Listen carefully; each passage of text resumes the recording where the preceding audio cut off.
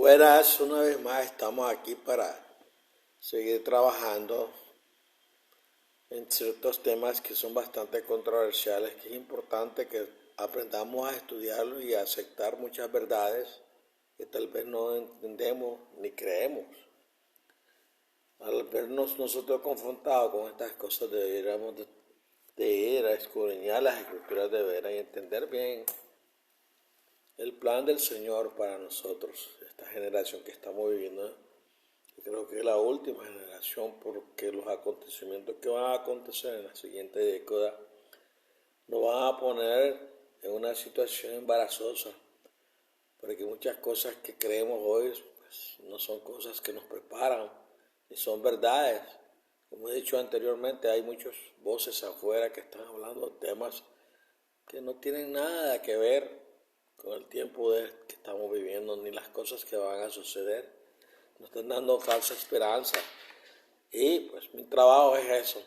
Estaremos haciendo este trabajo hasta que el Señor nos llame.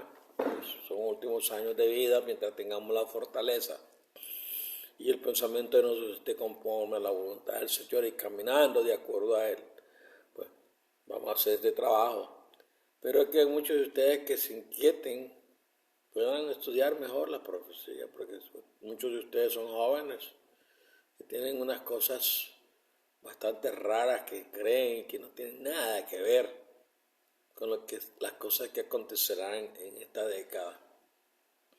Creo que nosotros somos la última generación del planeta Tierra, aunque están naciendo niños, bastantes niños. Espero que estos niños los podamos ayudar a crecer mejor, y la Tierra no es el mejor lugar para levantar esta generación, y Dios tiene amor y misericordia para ellos y los quiere guardar para su reino. Y seamos nosotros también no oidores ni olvidadizos, sino que hagamos lo que Él nos dice que hagamos, su voluntad.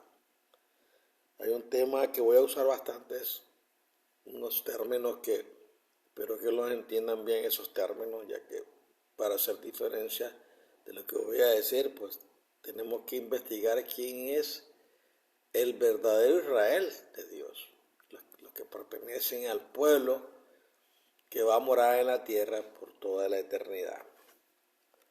Entonces el tema es el verdadero Israel de Dios. Porque no todos los que descienden de Israel son Israel. Note esas palabras, Pablo las dice. No todos los que descienden de Israel, o sea, no todos los que pertenecen a esa clase de etnia son Israel. Ni por ser sus descendientes son todos hijos de Abraham. Hijos de Israel, hijos de Abraham. Si sois de Cristo, algo que algunos parecen como que quieren pasar rápidamente y no mirar esto. Si soy de Cristo, soy descendencia de Abraham y heredero según la promesa. Romanos 9, versículos 6 y 7, Gálatas 3, 29. El plan de Dios para la redención de los pecadores es intricado y hermoso. Su plan involucra dos aspectos de la salvación: justificación y santificación. La justificación es un proceso administrativo. Dios justifica a los pecadores y cuando aparecen en su tribunal parecen estar limpios y sin pecado, como que si nunca hubieran pecado. Por otro lado, la santificación es un proceso que dura toda la vida y que implica transformar a un pecador rebelde para que pueda disfrutar de estar cerca de Dios y vivir con los santos ángeles por la eternidad. No hay duda de que Dios ama a cada persona en la tierra. Somos su creación. El plan de redención es enorme, intricado y hermoso.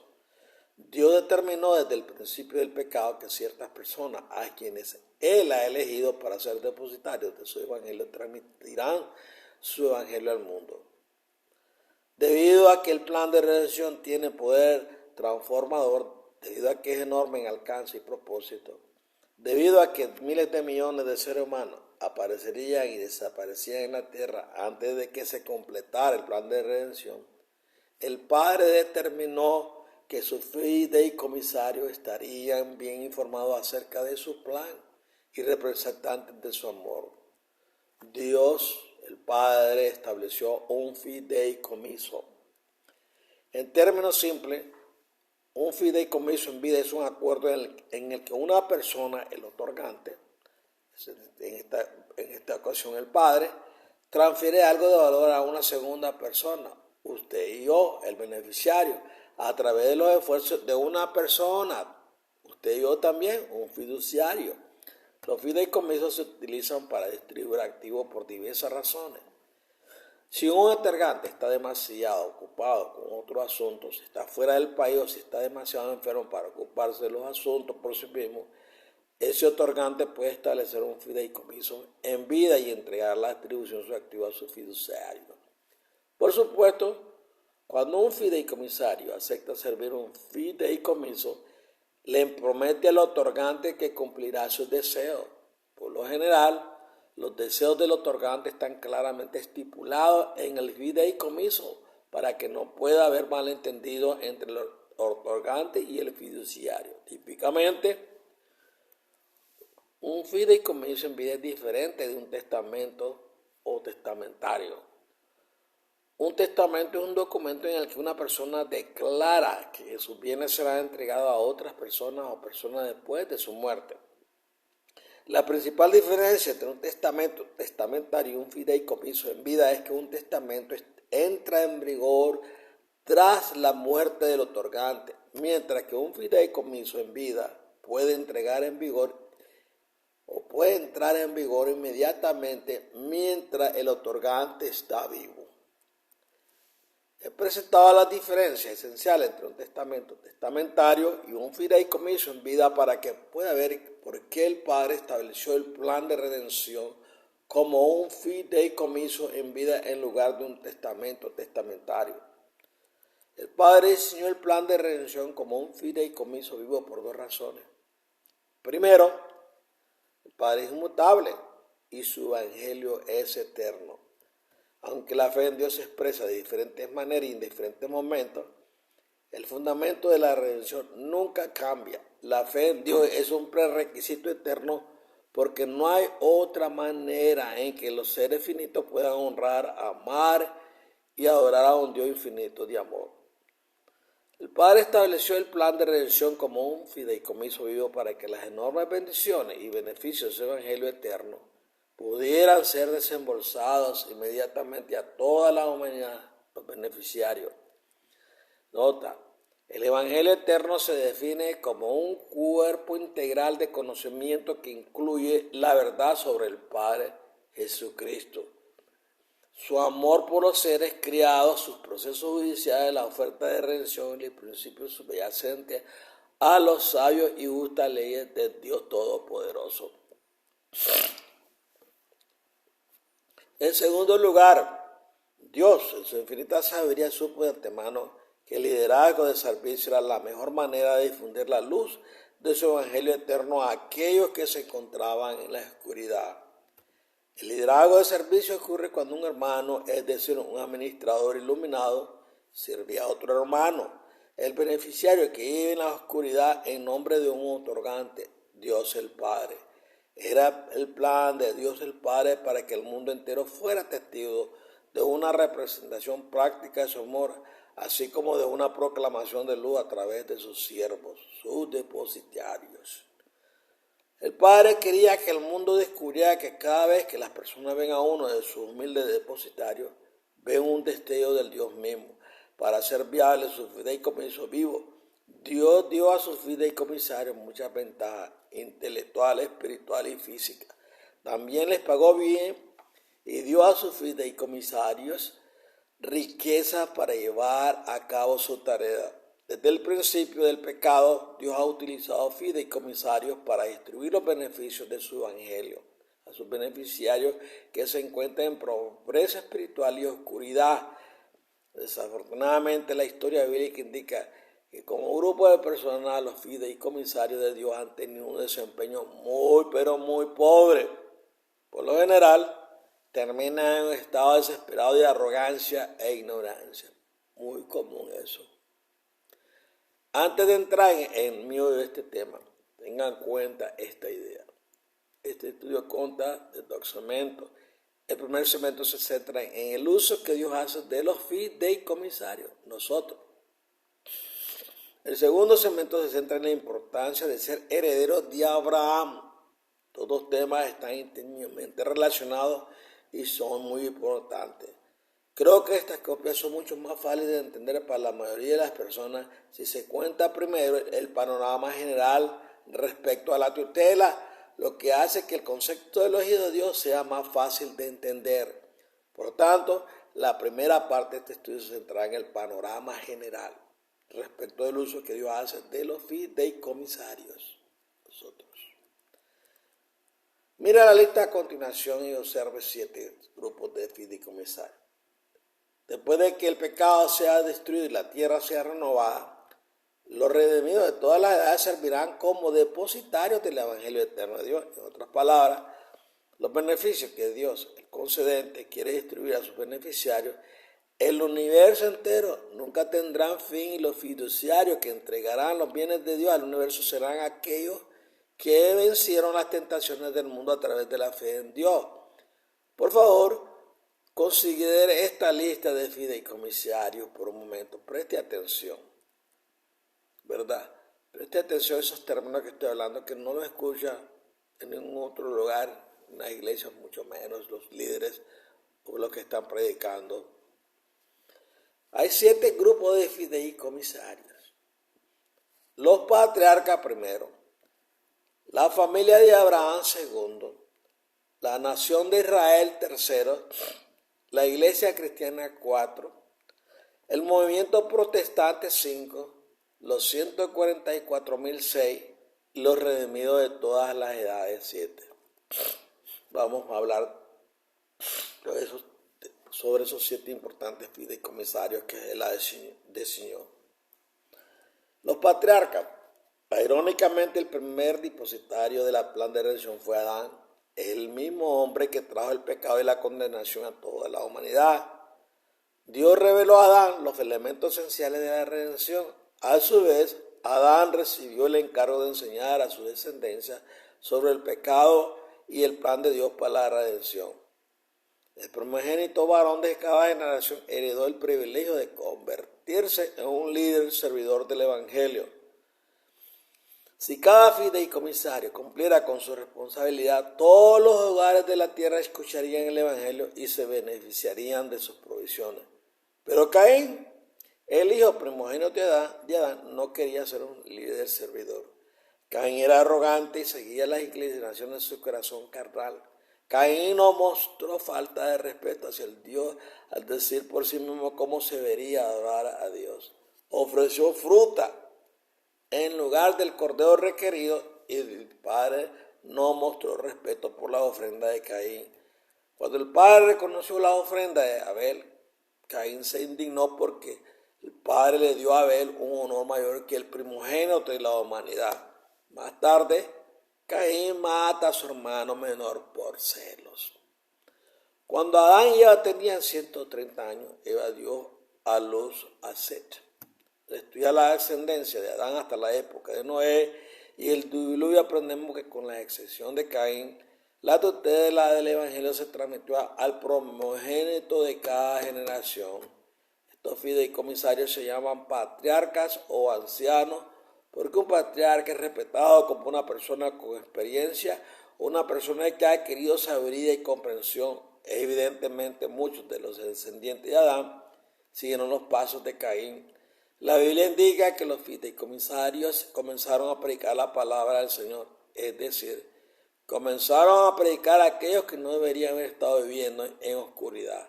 Cuando Enos nació de Set, en términos corporativos, el comportamiento del mundo fue de mal en peor. Cuando nació Noé, la mayoría de la gente en la tierra no quería nada que ver con Dios o su redención. Cuando ocurrió el diluvio, solo un fideicomisario permaneció en la tierra. E irónicamente, la familia de Noé fue la única beneficiaria. Nota, el linaje de los 10 patriarcas que vivieron entre Adán y el diluvio de Noé: Adán, Set, Enoc, Cainán, Mahalaleel, Jared, Enoch, Matusalén, Lamec, Noé. Surgen dos hechos interesantes sobre la tutela del patriarca. Primero, hubo 10 patriarcas según los registros genealógicos que figuran en la escritura. La vida de estos 10 hombres cubrió un periodo de aproximadamente 1656 años. 10 fideicomisarios lineales sugieren que la población de la tierra antes del diluvio era bastante pequeña, tal vez unos pocos cientos de miles. El segundo elemento que destaca de la tutela de los patriarcas es el significado de ser hijo primogénito. Evidentemente Dios usó el gozo especial y el afecto dado al hijo primogénito como una lección objetiva para enseñar a la humanidad que un día su hijo unigénito, el fiel y verdadero depositario de la redención, vendría a la tierra y nos redimiría con su sangre.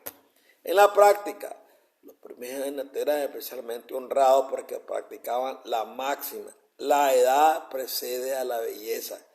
En los tiempos bíblicos se entendía que el primogénito tendría más experiencia y sabiduría que sus hermanos, y la familia le daba cierto nivel de respeto al hermano mayor. Dios abandona la política del patriarca. Noé fue el último de los patriarcas anteriores al diluvio. Hasta donde sabemos, los hijos de Noé no caminaron con Dios como lo hizo su padre. Es sorprendente que apenas 150 años después del diluvio, los descendientes de Noé construían una torre alta para protegerse de otro diluvio. Parece incongruente que la gente no creía en la promesa del Padre de que nunca más destruiría el mundo con un diluvio. Los descendientes de Noé incluso ignoraron los frecuentes avistamientos del arco iris. Dios vio la rápida generación causada por la rebelión del hombre y deliberadamente separó a la gente de la tierra en grupos según el idioma. Este simple acto hizo que la humanidad se dispersara por todo el mundo. Poco después de la dispersión, Dios dividió la tierra, dividió una masa de tierra en varios continentes, y esto aisló aún más a la humanidad entre sí. La Biblia rastrea el nacimiento de Abraham desde Noé hasta Sem, el hermano menor de Jafet.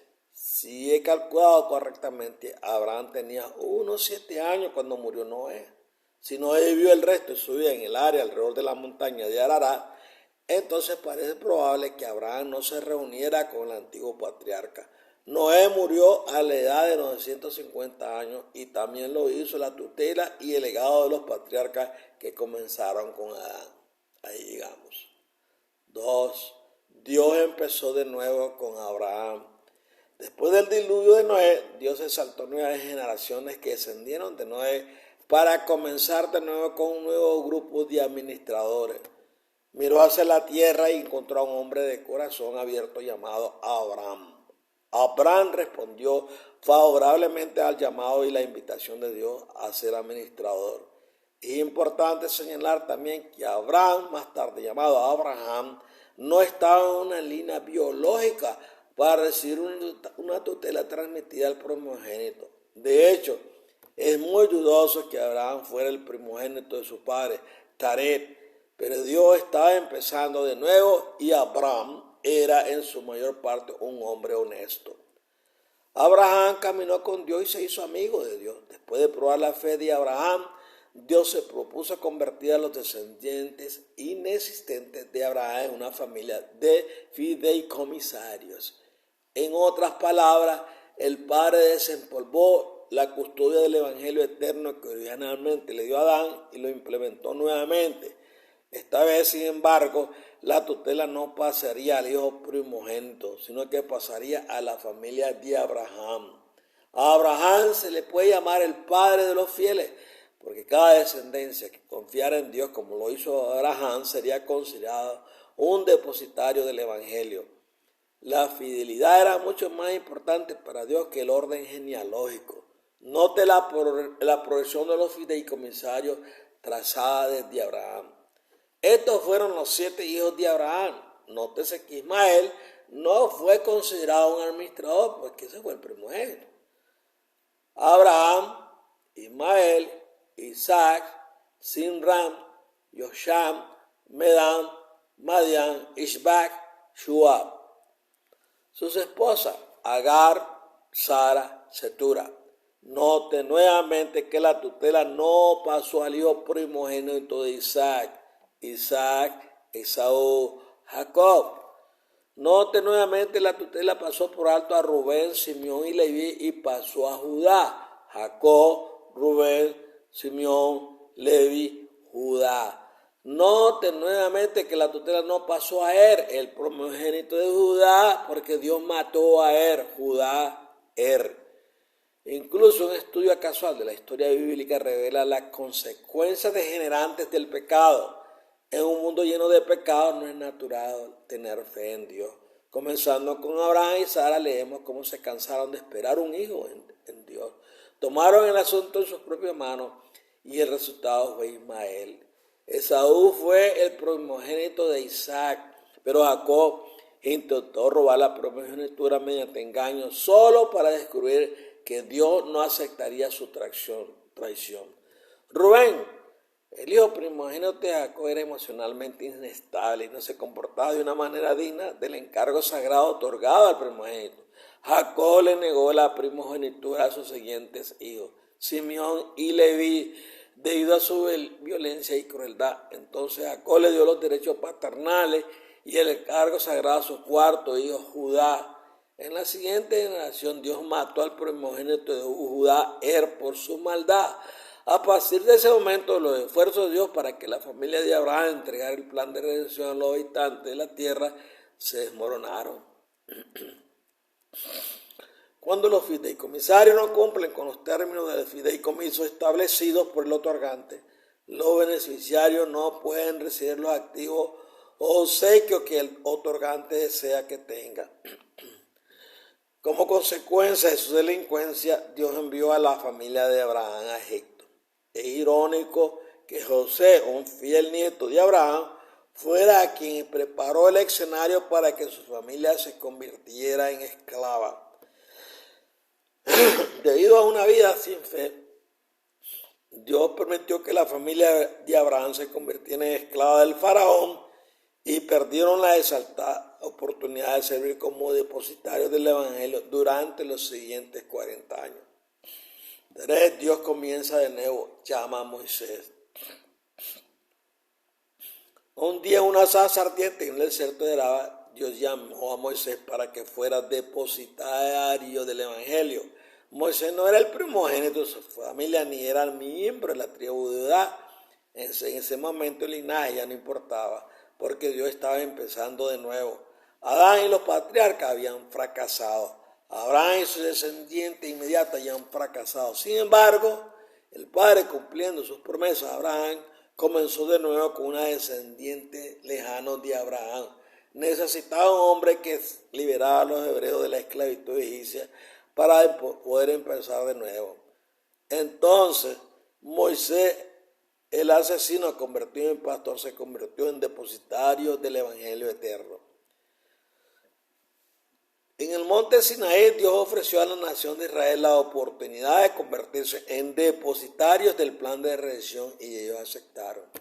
Mientras tanto, la población del mundo se había multiplicado significativamente desde el diluvio.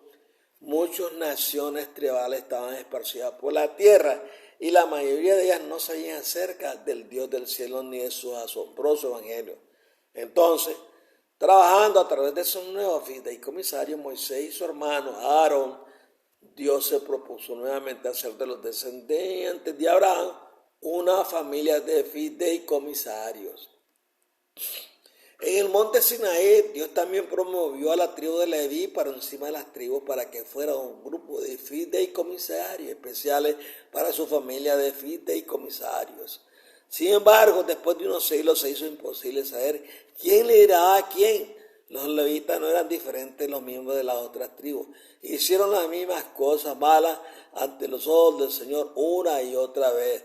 El Padre envió profetas a los reyes y sacerdotes de Israel para recordarles a la nación las condiciones requeridas para las bendiciones de Dios. Pero los israelitas odiaban a los profetas y mataron a la mayoría de ellos, siglo tras siglo. Los profetas castigaron y reprendieron a los israelitas por su rebelión. En 605 a.C., Dios envió a toda la nación a Babilonia como cautiva por su rebelión, pero el cautiverio no produjo arrepentimiento. La historia de Israel termina con una nota triste. Dios intentó todo lo posible por 1400 años, 30 ciclos de jubileo, pero sus fideicomisarios no estuvieron a la altura de los términos y condiciones de ser fideicomisarios de su evangelio. Finalmente, el Padre envió el ejército romano contra Jerusalén y Dios destruyó completamente la nación. Todo esto sucedió tal como Él lo había advertido desde el principio. 4. Dios comienza de nuevo. Después de que Jesús estuvo en la tierra, llegó a la conclusión de que Israel estaba más allá de la redención, por lo que creó un nuevo pacto con un nuevo grupo de fideicomisarios. Jesús escogió hombres que ya conocían los caminos y el carácter del Padre. Esto permitió que el evangelio de Jesús se extendiera rápidamente por todo el mundo. Escogió a 12 hombres que cuando llegara el momento adecuado saldrían del judaísmo y serían conocidos como cristianos. Es sorprendente, dado el fracaso de los custodios anteriores, que todos, menos uno de los 12 discípulos originales, estuvieron a la altura de su llamado. La tutela que Jesús dio a los cristianos no tiene ningún requisito excepto la fe en Cristo. El linaje biológico, los derechos paternos, la raza y la cultura no tienen ningún sentido. Recuerde, el propósito final de un fideicomiso en vida es beneficiar a los beneficiarios. Por lo tanto, Dios abrió las compuertas después de la cruz y cualquiera que quiera ser depositario en su evangelio puede hacerlo. Hay muchos títulos que describen este nuevo arreglo, pero los cristianos generalmente lo llaman el sacerdocio del creyente. En efecto, significa que cualquier persona, hombre o mujer, judío o gentil, ahora puede servir como depositario del evangelio. Recuerde, el deber de un fiduciario es cumplir los deseos del otorgante. Dios todavía quiere que el mundo escuche y sea testigo del poder de su evangelio. Dios quiere que el mundo sepa acerca de sus esfuerzos para salvar a la humanidad del castigo por el pecado. Dios quiere que todo el mundo sepa que la victoria sobre el pecado es posible.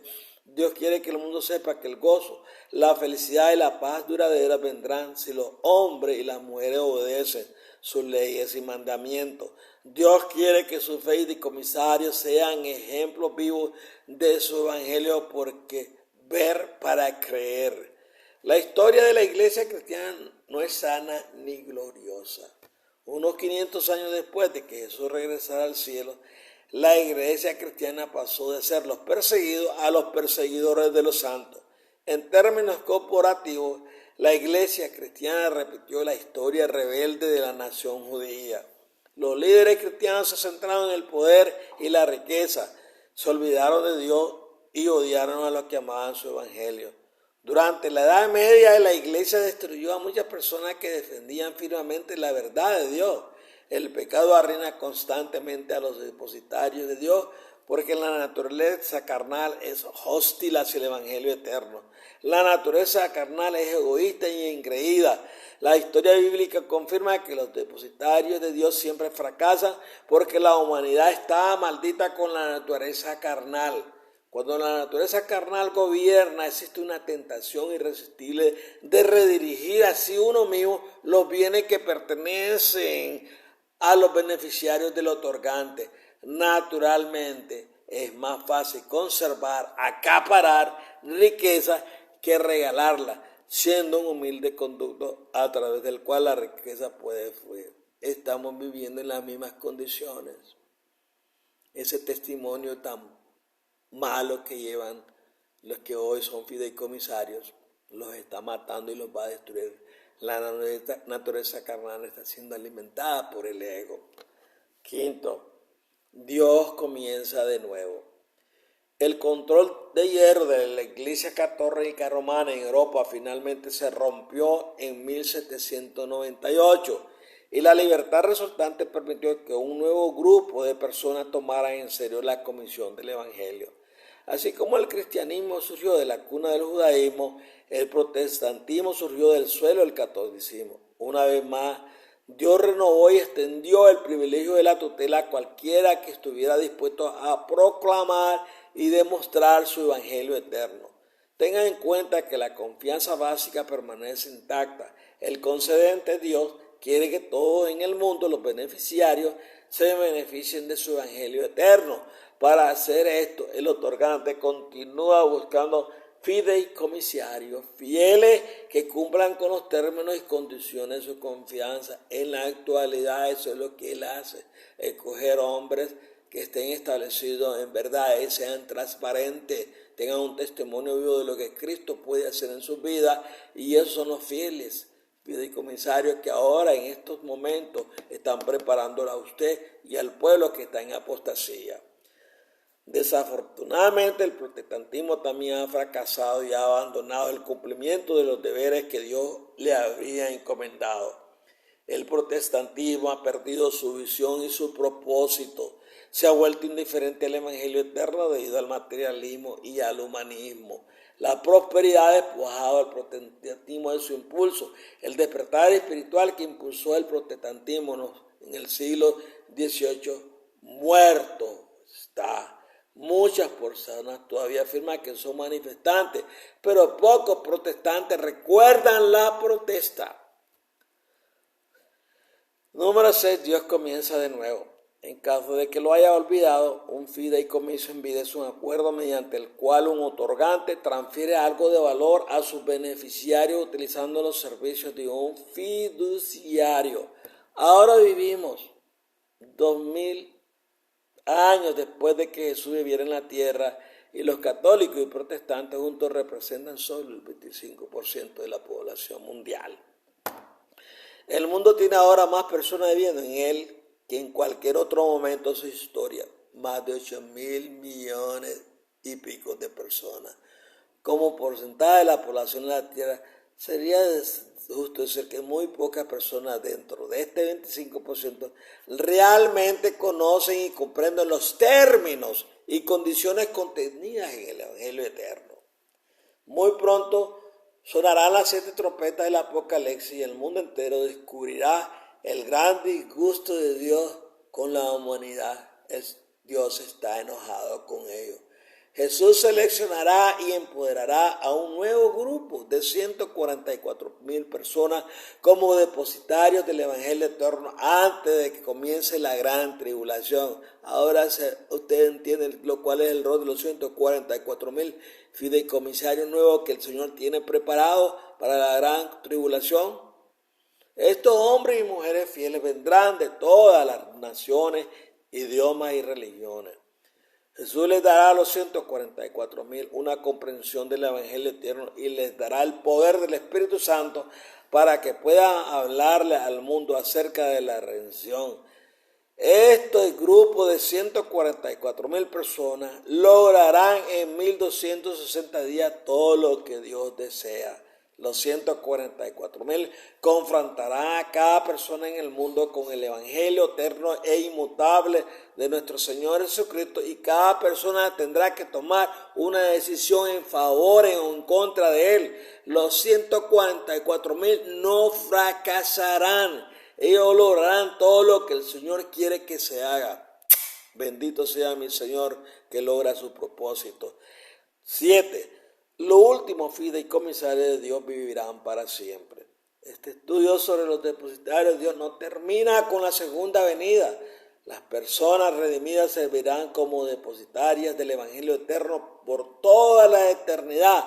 Servirán a Dios como sacerdotes y reyes. Debido a que los redimidos han demostrado ser fieles y obedientes al Rey de Reyes, Él los honrará grandemente en las edades venideras, tal como lo honraron a Él en la tierra. Es interesante que los redimidos sean el 7º y último grupo de fideicomisarios. Así como el número 7 significa un número pleno y completo, los redimidos testificarán del amor infinito de Dios para siempre.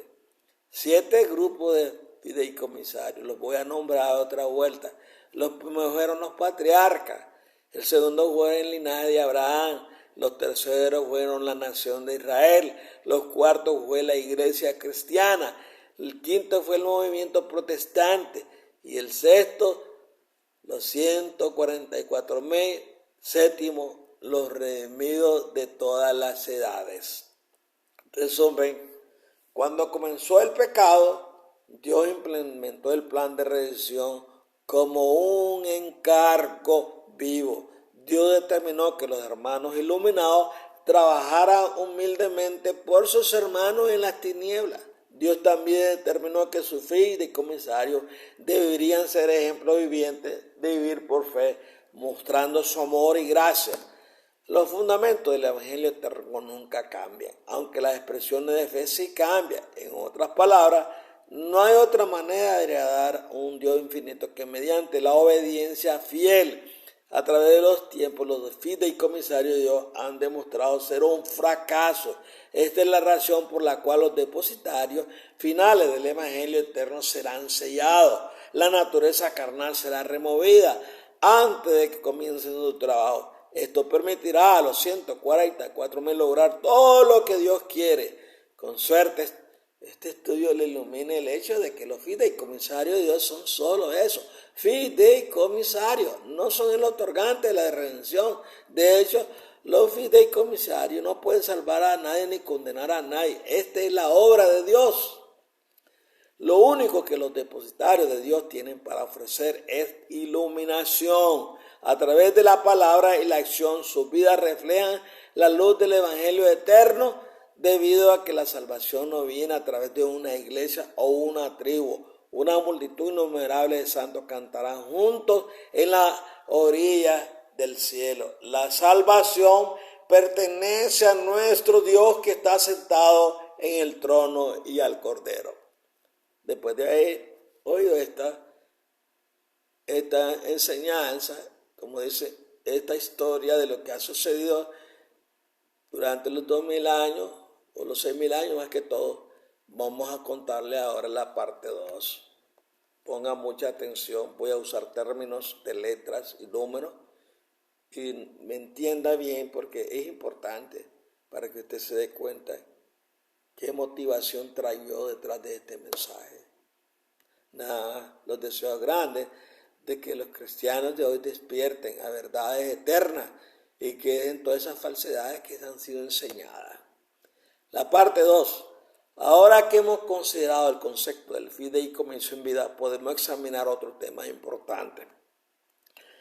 La mayoría de los cristianos no se dan cuenta de la necesidad o importancia de ser considerados herederos de Abraham.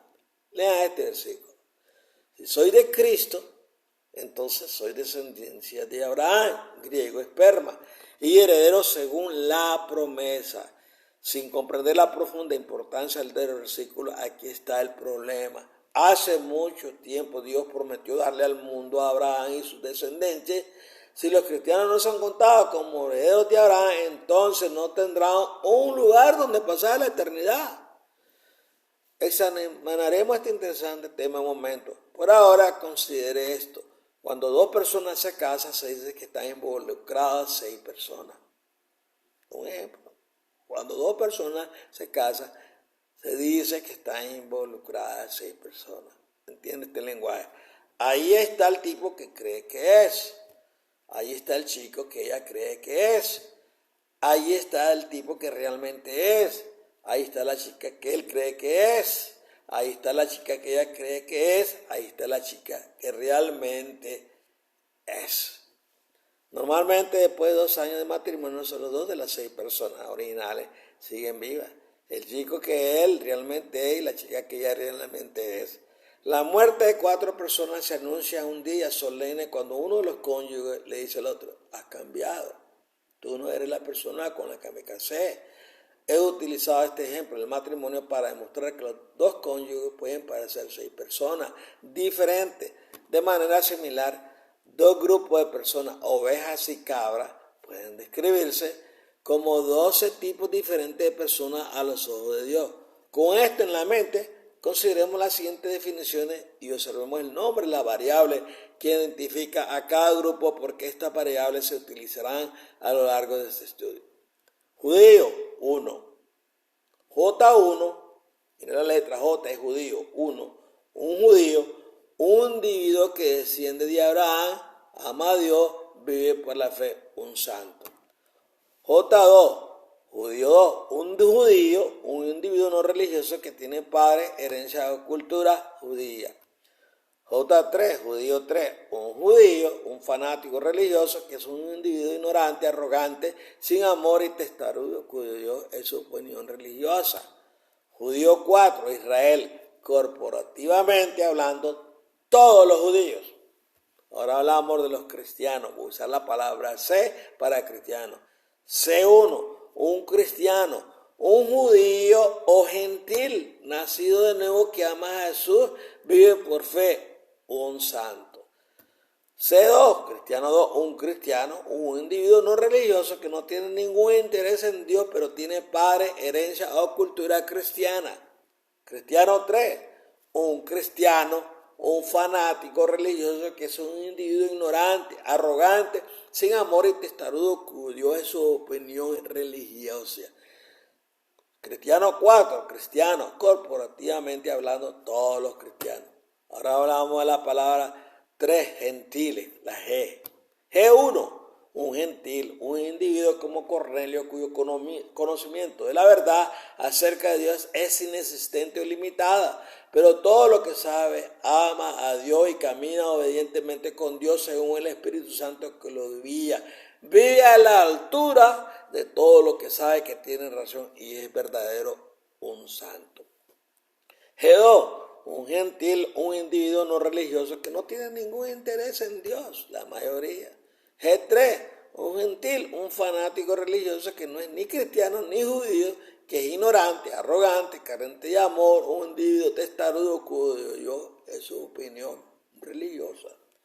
G4, gentil 4, gentiles, corporativamente hablando, todos los que no son judíos y cristianos. Dios mira el corazón. Muchos cristianos entienden inherentemente estas dos definiciones sin pensar mucho en ellas. Por ejemplo, cuando escuchas a alguien decir, creo que hay ovejas y cabras en cada cuerpo religioso, esa persona está afirmando que cree que Dios mira principalmente el corazón y lo que más le importa a Dios es la honestidad, la integridad, la fidelidad, el amor y su fidelidad. Necesitamos examinar estas 12 definiciones porque hay mucha confusión sobre el papel de Israel moderno en los últimos tiempos. Para ser franco, no encuentro nada en las Escrituras sobre el papel de Israel moderno en los últimos tiempos. Hay un Israel de Dios durante el tiempo del fin, pero no es la nación moderna de Israel. Aprenderemos en el siguiente estudio que el Israel de Dios del tiempo del fin se compone de J1 plus C1 plus G1, o sea, judío 1, cristiano 1, gentil 1. No se me vayan confundiendo. Esto explica por qué las 12 definiciones de oveja y cabra son importantes. Las palabras cristiano, judío y gentil se utilizan en todas las escrituras. Saber qué definición es apropiada dentro de un texto determinado es muy importante y si desea alcanzar el significado previsto de la escritura. Entonces, ejemplo 1, selecciones de Romanos 9 y Romanos 2. Pablo escribió, tengo gran tristeza y constante angustia en mi corazón, porque desearía yo mismo ser maldecido y separado de Cristo por amor a mis hermanos, los de mi propia raza, el pueblo de Israel. J4, judío 4. En otras palabras, perdería la vida eterna si eso significa que mi pueblo recibiría a Cristo y sería salvo. Mire los dones que Dios ha concedido generalmente a J4, los judíos. De ellos es la adopción prometida como hijos, de ellos la gloria divina, la gloria de la Shekinah que habitaba dentro del lugar santísimo, los convenios, la oferta de servir como depositarios del evangelio eterno, la recepción de la ley en el monte Sinaí, la adoración en el templo con su ceremonial oscuridad y las promesas de reconocimiento terrenal pronunciadas a través de los profetas. De ellos son los patriarcas Abraham, Moisés y David, y de ellos se remonta la ascendencia humana de Cristo, que es Dios sobre todo, alabado para siempre. Amén. No hay duda de que el judío 4 ha sido bendecido sobre todas las naciones, por lo tanto el rechazo de Cristo por parte del judío 4 es devastador. No es como si la palabra de Dios, sus promesas, hubiera fallado, porque todo Israel, J1, será salvo. Sin embargo, debemos considerar el problema que la rebelión de J4, Judío 4, ha creado para el Evangelio eterno y la solución de Dios a este problema. Primero recuerda que, porque no todos los que descienden de Israel son Israel, es decir, Judío 2 y Judío 3, no se encuentran como hijos de Jacob, ni por ser sus descendientes son todos hijos de Abraham. Dios usó al primogénito de Abraham para demostrar este punto. Dios declaró que Ismael era inaceptable a sus ojos como heredero de Abraham, a pesar de que era el hijo primogénito de Abraham. Dios rechazó la petición de Abraham de que Ismael fuera contado como su heredero y heredero de la promesa de Dios. Pero Dios dijo, al contrario, es por medio de Isaac, el niño que vino cuando era humanamente imposible conseguir, el niño que vino a través de la paciencia y fue duradera, en que tu descendencia, J1, será contada. En otras palabras, no son los hijos naturales nacidos los que se encuentran como hijos de Dios, sino los hijos de la promesa, es decir, las personas que creen en las promesas de Dios y esperan en el Señor como lo hizo Abraham, quienes son considerados descendientes herederos de Abraham. Dios rechazó a Ismael como el primogénito de Abraham porque Ismael vino como resultado de abandonar la fe en Dios. Desde el principio Dios quiso que el nacimiento imposible de Isaac fuera paralelo al nacimiento imposible de nuestro Señor Jesucristo. Al contrario de lo que algunas personas afirman, Dios no rechazó al hijo primogénito de Abraham, Ismael, porque el niño nació fuera del matrimonio. Si este fuera el caso, no habría 12 tribus en la Israel. Las 12 tribus de Israel surgieron de 2 matrimonios y 2 esclavas. La primera esposa de Jacob, Lea, tuvo 6 hijos, y su segunda esposa, Raquel, tuvo 2 hijos. Bilha, la esclava de Lea, tuvo 2 hijos de Jacob, y Silpa, la esclava de Raquel, también le tuvo 2 hijos. En Romanos 2, Pablo confronta a algunos judíos, J3, que estaban causando los problemas entre los primeros cristianos en Roma. Estos judíos, J3, estaban tratando de fusionar el cristianismo con el judaísmo. Pablo escribió, ahora bien, tú si te llamas judío, es decir, si te consideras elegido de Dios, si te apoyas en la ley para demostrar que eres justo y te jactas en tu relación con Dios, si conocéis su voluntad y aprobáis lo que es superior porque estáis instruidos por la ley, si estás convencido de que eres guía de los hijos, luz de los G4, los gentiles 4, que están en la oscuridad, instructor de los necios, maestros de los niños, porque tienen en la ley la encarnación del conocimiento y de la verdad.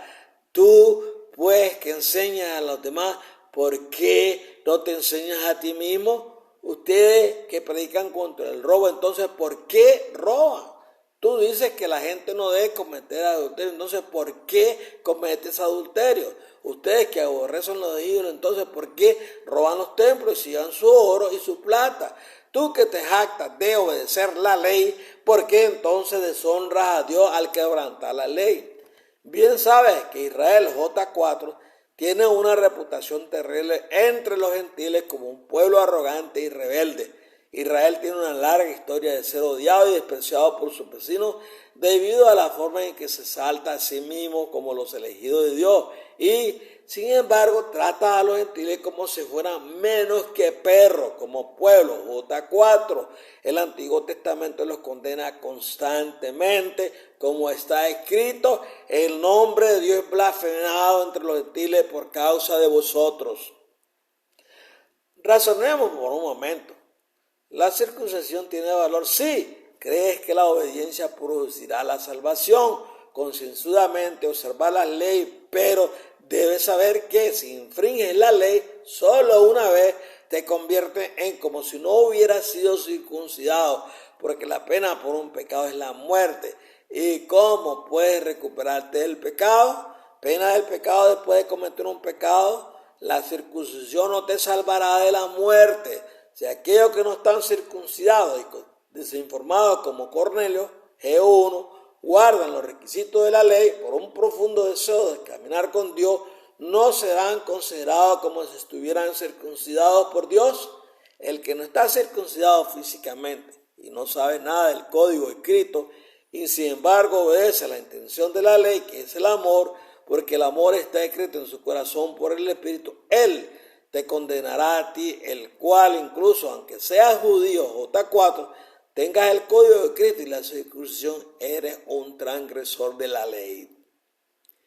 Estar seguro, Dios lee el corazón ante sus ojos. Un hombre no es judío J1 si lo es solo exteriormente, ni la circuncisión es meramente exterior y física. No, un hombre es judío J1 si lo es interiormente, y la circuncisión es circuncisión del corazón por el Espíritu, no por el código escrito. La alabanza de un hombre así no proviene de los hombres, sino de Dios nuestro Padre Celestial. Conseguir el trato de Dios hacia los gentiles sinceros, G1, que no sabe nada acerca de Él. De hecho, cuando los gentiles, G1, que no tienen ningún conocimiento de la ley, hacen por naturaleza las cosas requeridas por la ley, son una ley para sí mismos, aunque no tengan conocimiento de la ley, ya que muestran que los requisitos de la ley están escritos en sus corazones. Incluso en ausencia del código escrito, ellos, G1, conocen a través del Santo Espíritu cuál es el bien y el mal, porque sus conciencias, influenciadas por el Espíritu Santo, también dan testimonio en asuntos del bien y del mal. Y sus pensamientos ahora acusan, es decir, sus pensamientos producen culpa cuando violan el Espíritu dentro de ellos. Ahora, incluso defendiéndolos, es decir, sus pensamientos producen paz cuando hacen lo correcto según el Espíritu Santo, nacido de nuevo a través del Espíritu del Señor. Ejemplos 2, Efesios 2 y Gálatas 3. Ponen en nosotros, toda la humanidad, C4 más G4 más J4, somos hechuras de Dios, creados en Cristo Jesús para hacer buenas obras, las cuales Dios preparó de antemano para que las hiciéramos. Por tanto, acordaos que antiguamente vosotros, que sois gentiles de nacimiento G4 y llamados los ignorantes, incircuncisos, perros, por aquellos que se llaman a sí mismos los iluminados, y los circuncidados J3, los que insisten que también debéis ser circuncidados por manos de hombres. Recordad que en aquel tiempo, antes de escuchar el Evangelio de Cristo, que estaba separado de Cristo, y como paganos G4, era excluido de la ciudadanía israelí, extranjero a los pactos de la promesa, sin esperanza y sin Dios en el mundo.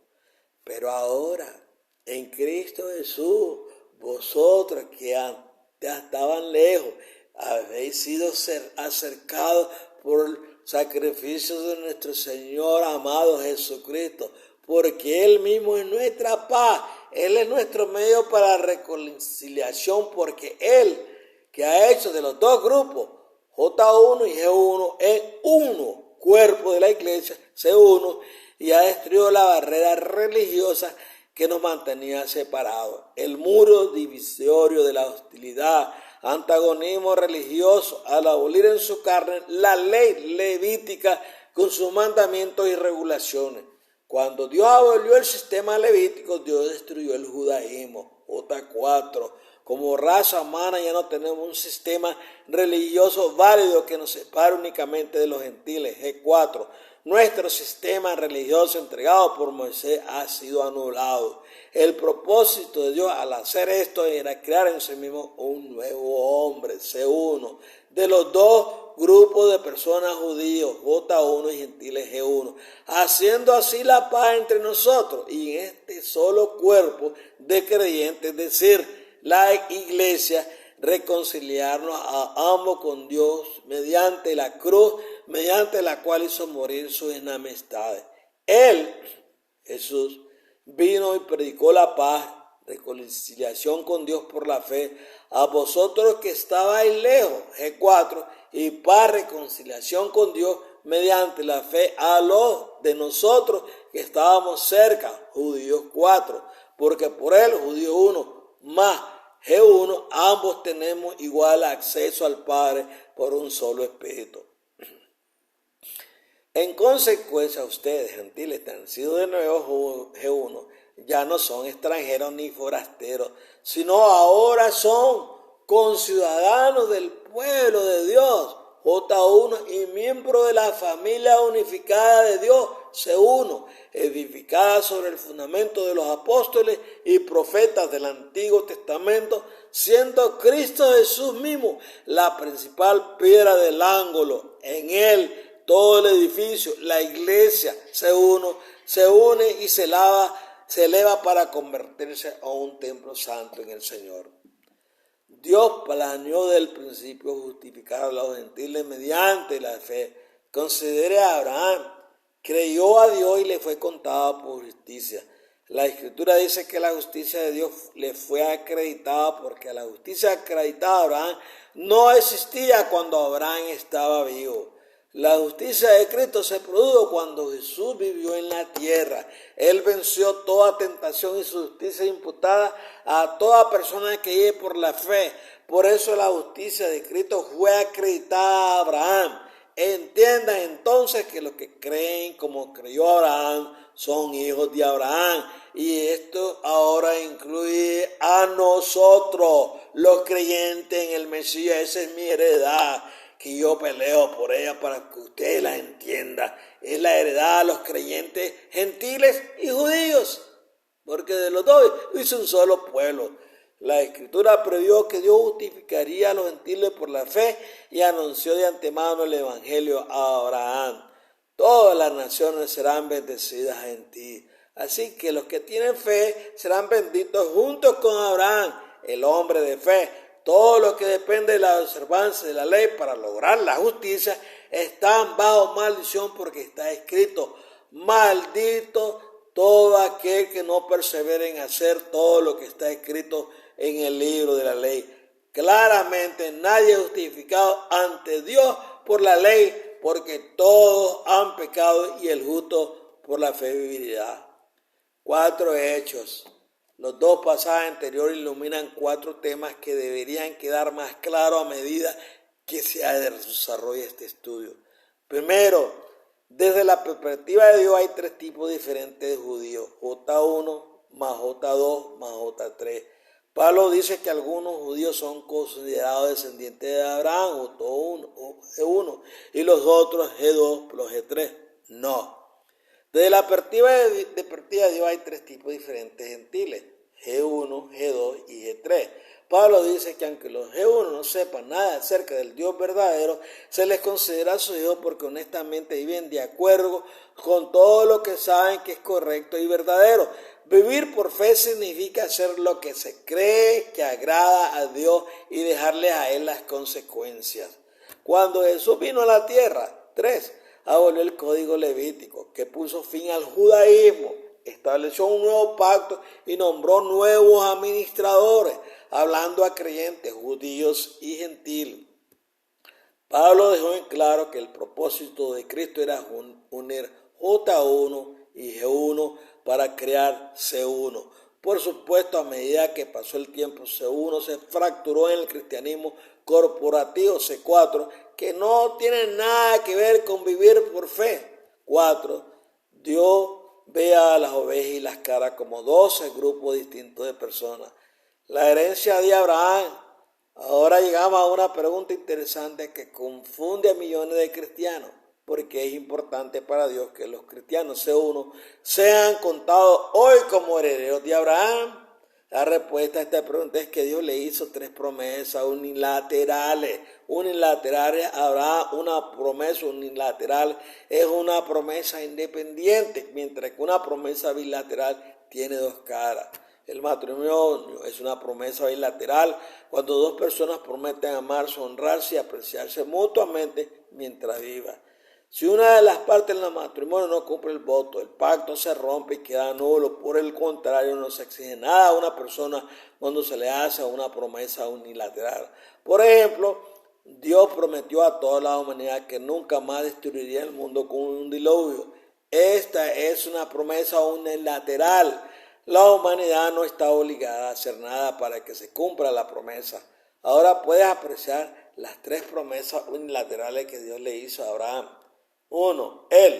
Dios lo llevó a Abraham afuera y le dijo, mira el cielo y cuenta las estrellas si es que puedes contarlas. Entonces le dijo, así será tu descendencia. Segundo, toda la tierra de Canaán en la que ahora eres extranjero, te la daré a ti y a tu descendencia después de ti en posesión perpetua y yo seré su Dios. 3. Dios dijo a Abraham, seguramente llegará a ser una nación grande y poderosa y todas las naciones de la tierra serán benditas en él, porque lo he escogido para que enseñe a sus hijos y a su casa tras él a guardar el camino del Señor, haciendo lo correcto y justo para que el Señor cumpla con Abraham lo que le ha prometido. Por supuesto, Dios sabía que Abraham no viviría lo suficiente para ver cumplidas estas promesas, pero la visión de Dios del futuro no es limitada. Dios sabía de antemano que algún día resucitaría a Abraham y en el tiempo señalado estas 3 promesas se cumplirían. Abraham también se dio cuenta de que no viviría lo suficiente para haber cumplido las promesas y es por eso que esperaba una ciudad cuyo protector y hacedor es Dios. Si una mayoría en Israel, J4, hubiera sido fiel al pacto de Dios, el plan A se habría cumplido y las promesas que Dios le dio a Abraham se habrían cumplido hace mucho tiempo. Pero Israel, J4, se fracturó y J1 y se convirtió en una minoría. En términos corporativos, Israel se volvió infiel y Dios implementó el plan B. El cristianismo ha reflejado los pasos de Israel. En términos corporativos, el cristianismo es infiel. Por lo tanto, Dios levantará 144,000 de todas las tribus de Israel, J1 plus C1 plus G1. Dios cumplirá las promesas unilaterales que le hizo a Abraham. Dios los cumplirá en una escala mayor y más gloriosa de lo que el plan A podría haber sido jamás. Con Dios el plan B es siempre más grande y mejor. Considere cómo Dios cumplió cada promesa a Abraham bajo el plan B. Promesa unilateral cumplida. Dios le prometió a Abraham que sería padre de muchas naciones y que de su descendencia sería tan numerosa como la estrella. Al final de los 1000 años, los santos llenos de fe, hijos de Abraham, J1 plus G1 plus C1, serán tan innumerables como la estrella. ¿Cuántas naciones a lo largo de la historia estarán representadas? Cientos, si no billones. Dios permitió la tierra de Canaán a Abraham. Si una mayoría en Israel hubiera sido fiel, J1, el plan A, se habría cumplido. Jesús había establecido el reino de Dios en la tierra después de su muerte y con el tiempo toda la tierra de Canaán se habría convertido en la tierra prometida a Abraham. Dado que Israel se volvió rebelde, J4, e infiel, Dios tuvo que implementar el plan B. Al final del drama, el pecado, la tierra prometida llenará toda la tierra. Jesús creará un cielo nuevo y una tierra nueva, la ciudad santa, la nueva Jerusalén, cuyo constructor y hacedor es Dios. Descenderá, Dios trasladará su trono a la tierra y habitará aquí con Abraham y su descendencia, J1 plus G1 plus C1 para siempre.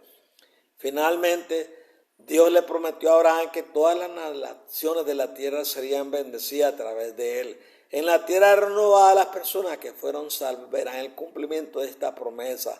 Los santos verán a un hombre estéril con más descendientes de lo que pueden contar. Los santos verán a un hombre estéril que recibió un hijo por la fe. Por este hijo vino Jesús y por su han sido bendecidas todas las naciones, J1 plus G1 plus C1. A lo largo de los siglos interminables, la eternidad, las naciones se regocijarán al ver y adorar a Jesús. Los santos arrojarán su corona ante él y se maravillarán de su asombroso amor por los pecadores. Nunca se cansarán de cantar.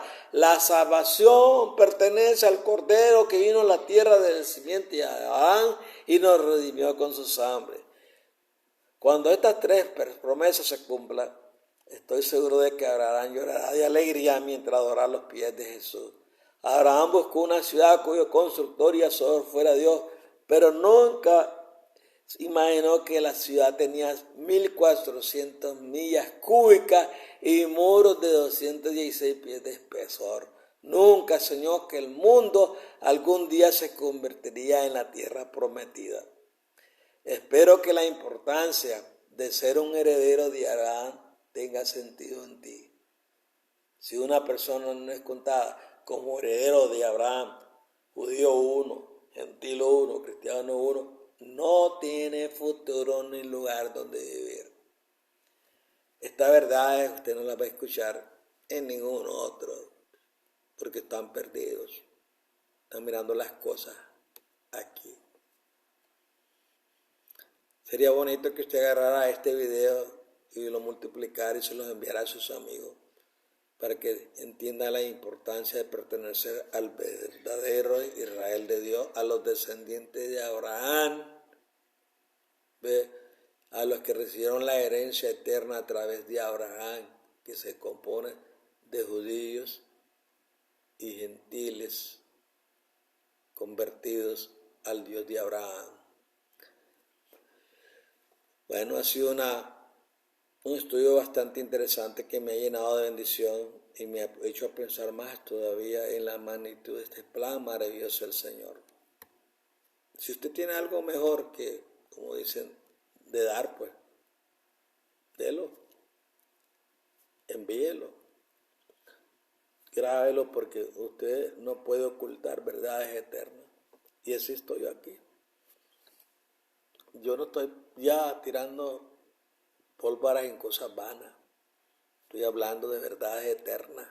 Es interesante que hagan cambiar nuestra actitud como creyentes. Es por eso que hay tantos cristianos falsos, porque los maestros no le enseñan verdades eternas. Es hora que despierten, es hora que se alejen de tantas falsas enseñanzas, falsos profetas y falsos maestros, porque ¿qué pasará cuando usted se encuentre en las circunstancias que he hablado anteriormente durante la gran tribulación? Le va a preguntar a ellos las promesas que dijiste, mentiras, heredadas a través de la historia. Señor me los guarde y me los bendiga y que sigamos para adelante. Cambie, saque sus paradigmas y comience a estudiar mejor las profecías y las verdades que están cimentadas en verdades absolutas de la doctrina que vino del cielo, que la trajo nuestro Señor amado Jesucristo. Amén. Bye.